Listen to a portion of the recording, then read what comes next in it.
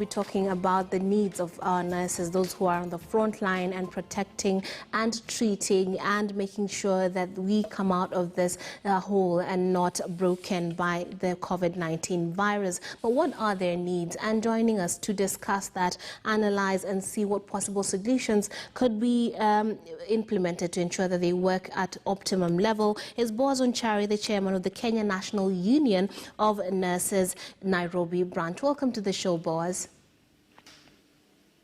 Thank you very much. Now, Boaz is coming to us live from our I&M studio at the city center. And of course, just to kick us off, I mean, just to paint a picture for those who might not be quite familiar with the role that a nurse can play, particularly when treating or taking care of a COVID-19 patient. Could you outline for us what a nurse would do typically? Let's say if they're assigned to a patient or a ward that has COVID-19 patients, what would be their roles and how would this therefore expose them to possibly getting the virus or being at a higher risk than the rest of us?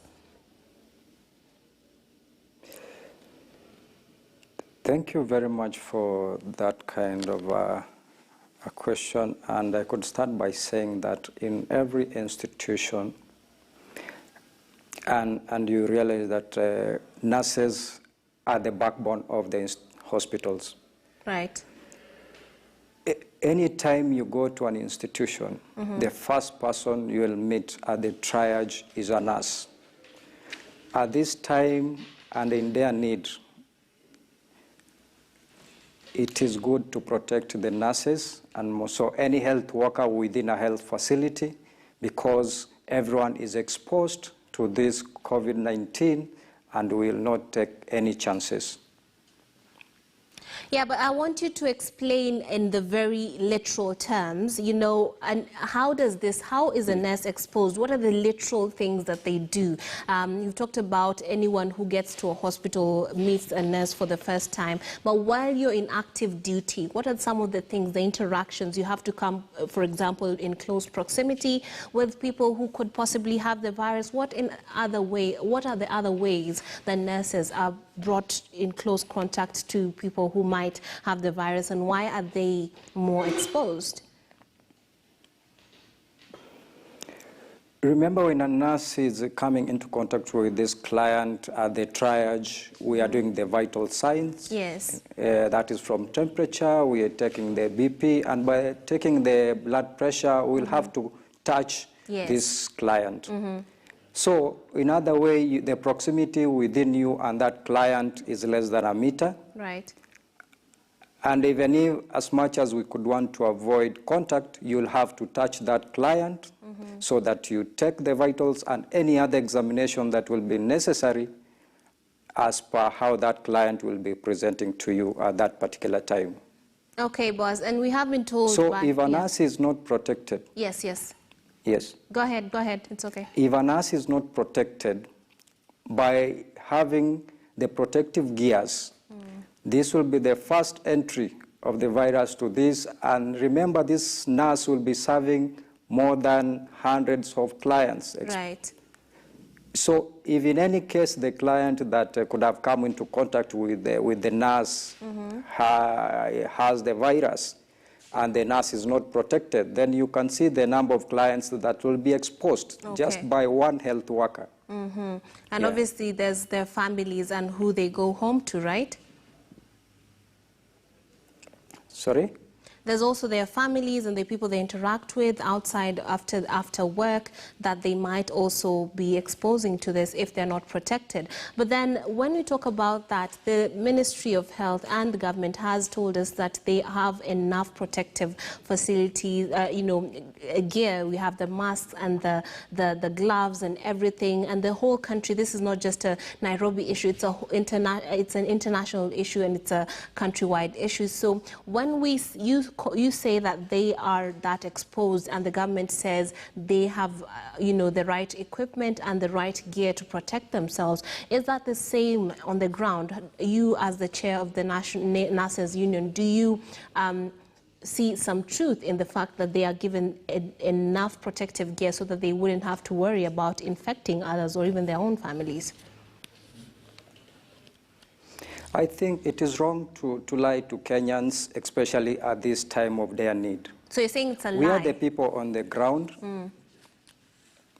Yeah, I'm saying it is a lie, and it is wrong to tell Kenyans what is not right. Okay. I want to state categorically that we are the people on the ground, and we are the ones who are feeling the pinch. We could not be insisting for the PPEs if actually they were there. We could be talking of other issues. So when I say that we are not protected, let us not just look at the isolation center based at Mbagathi. Yes. Let us not look at an isolation center based at MTRH in Eldoret.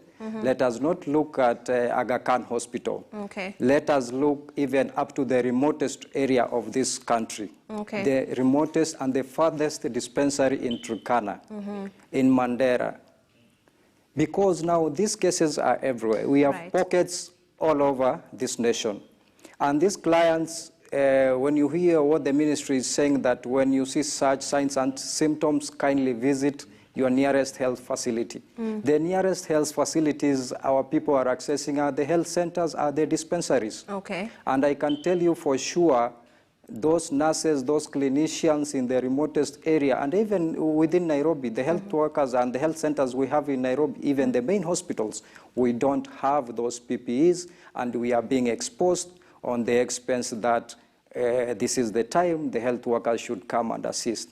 Yes, we are ready to assist, but even when you send soldiers into a war, you have to equip them so that you can evaluate on their performance. But at this time, you want us to perform, and yet we are not equipped. We have families that we are taking care of. We have people who are looking after us. And if you are expecting a health worker to expose him or herself, then it is not right, because at the end of the day, when we'll be going back home, we'll be the super spreader, for lack of a better term, to pass this virus to the people we come into contact with, if at all we are not protected.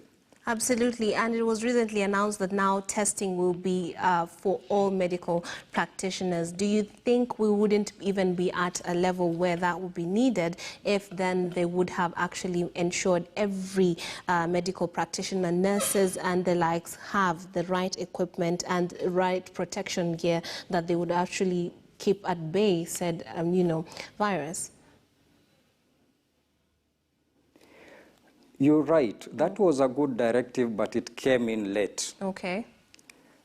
I can give an example. Even during the recruitment of the police force or the police service, you have to be in good health.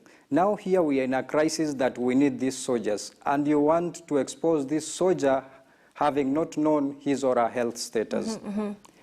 As a union representing nurses, especially in Nairobi County, we are on record. We wrote to our now Director General, Nairobi Metropolitan, the essence of having to test all health workers within Nairobi County before we even go down to the grassroots to do the mass screening for all the people that we could be having in Nairobi County. All right. It is a good move, but it has come late. It has come late. Yeah, and because as we speak, it has come late, because I can tell you as we speak, we have health workers who are casualties. Okay. Ngara Health Center has a workforce of 56 health workers. Right. All of them are under quarantine. And yeah, so from that, the entire population that was being served by Ngara Health Center is now being distributed to other health facilities. Yes. And there's obvious possibility that they could be exposed to the virus then. Sure. Boss, aside from that, we have been told about training, and you brought up the issue of people at the very local level, at the dispensaries, and this is obviously is meant to ensure that they are ready to tackle any possible cases, any symptoms that come up that could be akin to COVID, and therefore take the right measures. And you have pointed out that the protective gear is not even enough. So when it comes to training, do you think at the very local level, in Mashinani, in the very remotest areas, do they even know? Do they have this actual training, and are they ready to tackle anyone that might come in with symptoms that could indicate they have COVID-19, and would they be better placed to, you know, protect themselves or act accordingly in a way that would actually protect them and the patient as well as the people in the hospital? I can tell you that our colleagues at the remote areas in even health centers haven't undergone the training. Okay. Why I'm saying so, let us not take an excuse of there is issue of social distancing. Yes. Then we don't need to go to the ground to train them. Remember, as a health worker, I was in class. I was taught on how to perform my duties. Right. But there is what is called practical. Yeah, the practicality on whatever I was taught in class should be seen on the ground. Even the PPEs that we're talking about, remember, there are procedures on how to put them on. There are procedures on how to take them off. The statistics in Italy are showing that most health workers contracted the virus during the process of taking off the PPEs after having attended to the clients. So even if you are doing a PowerPoint projection to those health workers through online in the form of training, yes, we'll have the knowledge. But if you don't have the real PPE and you're shown on how to put it on and take it off after you have done with it, then at the end of the day, you will have the knowledge, but you will not have the capacity of actually giving out the output of whatever you've learned. Right. And one would wonder, these grievances, have you forwarded them? Because we are dealing with a situation that is developing and we're learning as we go. For example, you've pointed out the issue in Italy, and obviously that's a lesson that we could get. But of course, disseminating that can't be on you as a union. Have you reached out to the Ministry of Health and seen any results from that? I can tell you, even through our General Secretary, he has been in a number of times before the media trying to address these issues, of which I believe the ministry, if at all they are serious, they could be listening to us. We have written several letters as a union, as a branch we have done. But I want to say that the Ministry of Health is doing its work. The people who are failing us are some of the governors. Okay. Because the health was devolved, and it is their core mandate at their respective counties to ensure that health workers are protected so that we are able to discharge our duties. Okay. I have a number of issues that we have addressed to our governors and to the people concerned at the county level, but up to now they haven't responded. All right. Look, I can give you a few examples. Like for instance, in Nairobi, the issue of curfew has its advantages and disadvantages. Yes. Today, it is good that we respect the presidential orders. They came in good time. But as health workers, we are having a challenge. As at now, we are working for long hours. If I have to go, if I am on duty from 7:30 in the morning, I'll go through to 5:30 in the evening. By the time I'm going home, everybody will be on the road, and I'll have a challenge of making it to my place of work.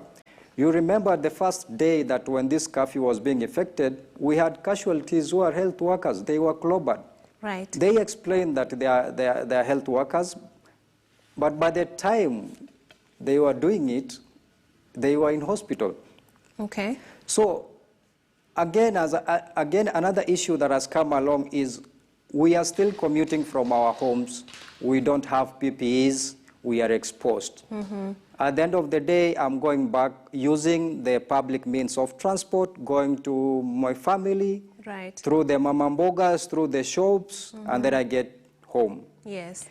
We have requested several times that kindly, we have so many NYS buses. The schools are closed.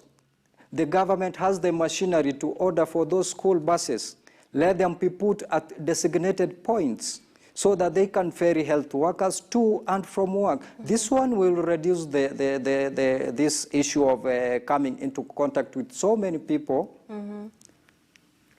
And it is going to save a lot on this issue of contracting the virus. Okay, and you are in charge of the Nairobi region. Have you in any way seen some measures that have been taken as a result of your communication or your demands that could actually be positive in terms of them taking measures to ensure they're cushioning, the nurses as they fight and try and ensure that people are safe and treated while at the same time protecting themselves? That's in Nairobi County. Since we started tabling these issues as officials of Nairobi County, the only response we are getting is that we are going to look into these issues, but I can tell you none of them has been addressed. Okay. So would you say the question would be... And one thing I want the public to get clear that when you talk of Nairobi, forget about Kenyatta National Hospital and the isolation center based at Mbagathi Hospital. Because when people talk of Nairobi, they believe that we are well equipped in terms of whatever we are agitating for. Yes. Nairobi is only that by a fact that Kenyatta Hospital lies within within Nairobi, the IDU lies within Nairobi, and it's at Mbagathi Hospital, then that is how people tend to believe that Nairobi is not protected. The health workers are suffering. Right. And let them not forget that other essential health services are going on. Immunizations are going on. Yes. We are treating other infections. Mothers are still coming to our facilities to deliver, and all this population is exposed. Absolutely. And now, could you So I can tell you, as a county, they haven't responded to any of the issues that we have raised. Is there a county that you would say has actually responded in a way that you would feel that this is the direction other counties should go? Yes, take an example of Machakos. Yes. Machakos is well equipped with, number one, they have a health workforce that is enough to handle any case that can land in Machakos. Yes. The governor is in the forefront of ensuring that the health workers' welfare is catered for. You saw yesterday he even went much ahead and provided some more health risk allowances to the health workers. Right. They have a medical cover that can, should any of them get ill, they can access the best hospitals we have in this nation. They have a well-equipped level 5 hospital with ICU. They have well-equipped ambulances. And they are ready. They have done sensitization to the remotest area. When we compare with what other counties are doing, Machakos is far much better than any, even within Nairobi, where even Kenyatta, the one that is at the forefront.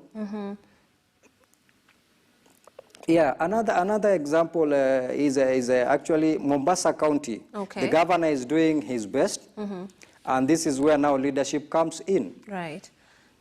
So to you, look at examples like. To you, would you say it's a kindly question allow me just to. Yeah. Okay. Just to talk on, because now this is as health workers, we are spread all over this nation. Yes. If Machakos can do this, if Mombasa can do this, why can't Kirinyaga do this? Why can't Nairobi do this? Why can't Kiambu do this? Why can't they borrow a leave from whatever the governor of Machakos is doing? Right. Kirinyaga County, the governor sacked health workers. This is the time we need them. They don't have a county public service board that is going to employ. I heard the chair of the council, Mr. Oparanya, in one of the media stations yesterday, saying that the board, that the counties that have no board, they can move and borrow the boards from other counties.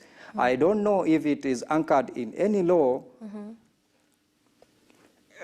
but why should they wait until there is a crisis is when they realize that they can go to other counties to get the boards that are there so that they can come and address. You cannot go to your neighbor to ask the husband to come and perform duties in your house. Okay. You decided to take those responsibilities, so take charge and ensure that you do what you are expected to do. Right. So what I'm getting from you is that it's a question of leadership rather than their incapability of performing those services, and of course being well prepared in the event that there's a much larger breakout in the local and in the county levels. Yeah. Mm-hmm.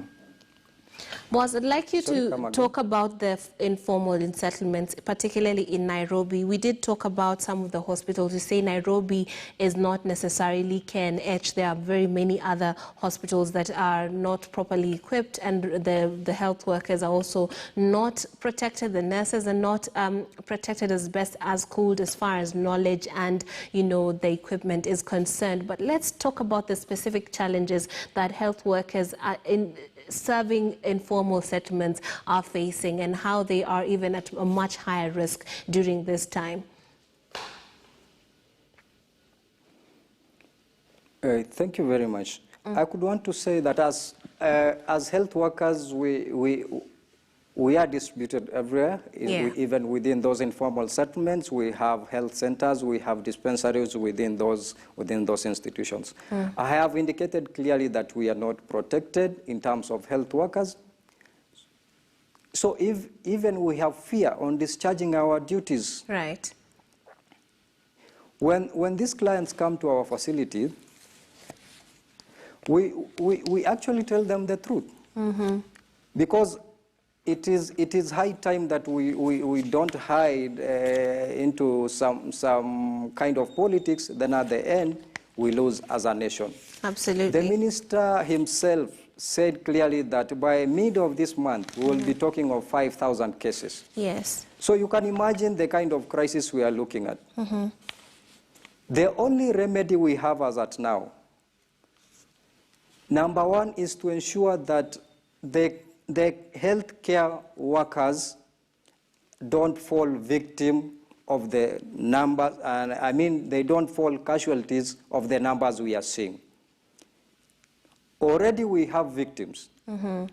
Let them take the necessary steps that we are advising them to ensure that we don't have more numbers in terms of quarantine or isolating the health workers, so that the workforce will be there to deal with whatever eventualities we are anticipating. Right. To those governors who sacked their health workers, it is high time you realize and bring those health workers back to work. Absolutely. Now, far from that, let's talk. I'd like to bring your attention to a story that has been covered in the Standard this morning.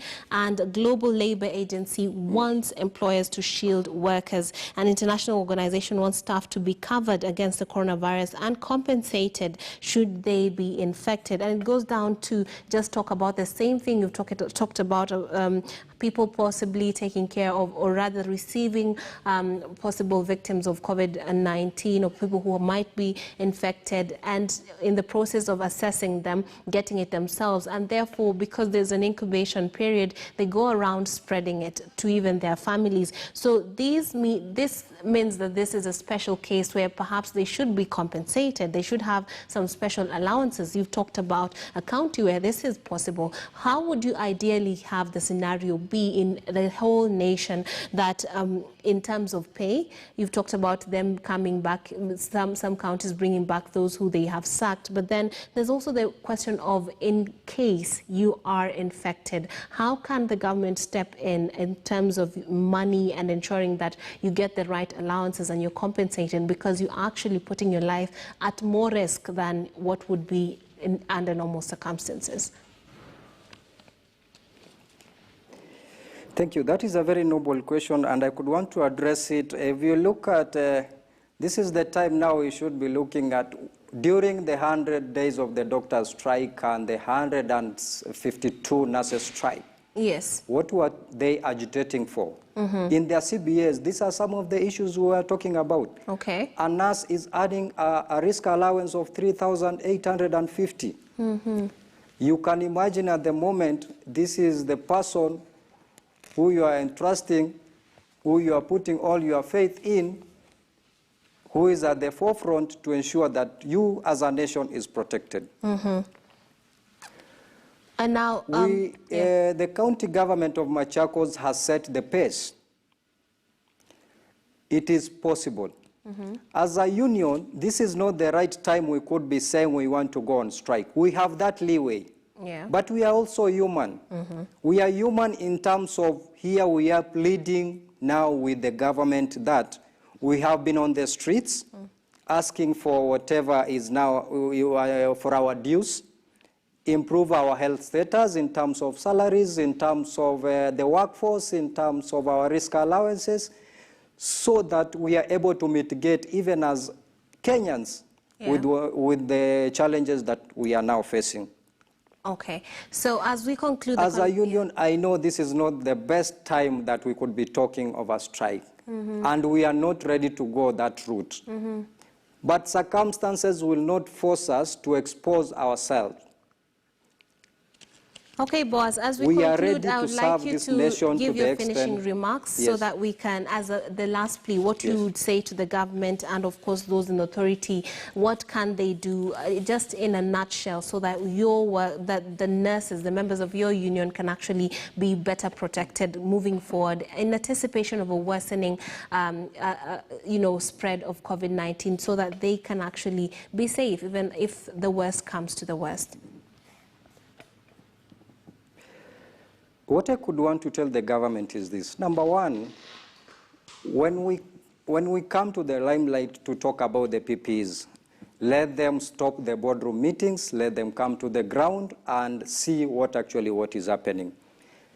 Number two, we are the people at the front line. Kindly let them ensure that our welfare is well taken care of. We have given even suggestions and possible solutions to whatever we are facing. Let them get good hotels within the proximity to those facilities, so that we health workers can be coming from those hotels, unlike exposing our friends, our families, and relatives, so that after a certain period of time we are able to get tested and then we go back to our homes. Let them provide transport to health workers. Yes, and let them be in touch with the union, with the leaders of all institutions in respect to whatever we are addressing. Okay, and with the partial lockdown in certain areas, just as we conclude, could you say something about that? Because I understand there are some nurses and health workers that are now locked out of their jurisdiction. I could also want to appeal to His Excellency the President. We have our colleagues who, for instance, stay in Limuru and they are working in Nairobi. Limuru is in Kiambu County. They are not able to access their places of work. There are no means of transport. And even if they have their own vehicles, they are not able to come into Nairobi Metropolitan. We have our colleagues who their leaves who are coming to an end and they could be in up country. Kindly look for ways of ensuring that those healthcare workers who are outside Nairobi County and maybe they are working in Nairobi County or any other place that has been locked and they are outside, so that they can gain entry, right, and provide the required need as at now. But above it all, let us be equipped and we are ready to serve. All right, thank you very much. That is Boaz Onchari, the chairman, Kenya National Union of Nurses, Nairobi branch, giving us the situation as it is on the ground, and he has painted a picture of a situation that is much less than ideal, particularly for those essential service workers who are nurses. And of course, hopefully the government will act in time to ensure that they are well protected as they fight on the front line. We're going to take a short break. When we come back, we'll have international and local news awaiting you. Do not go too far.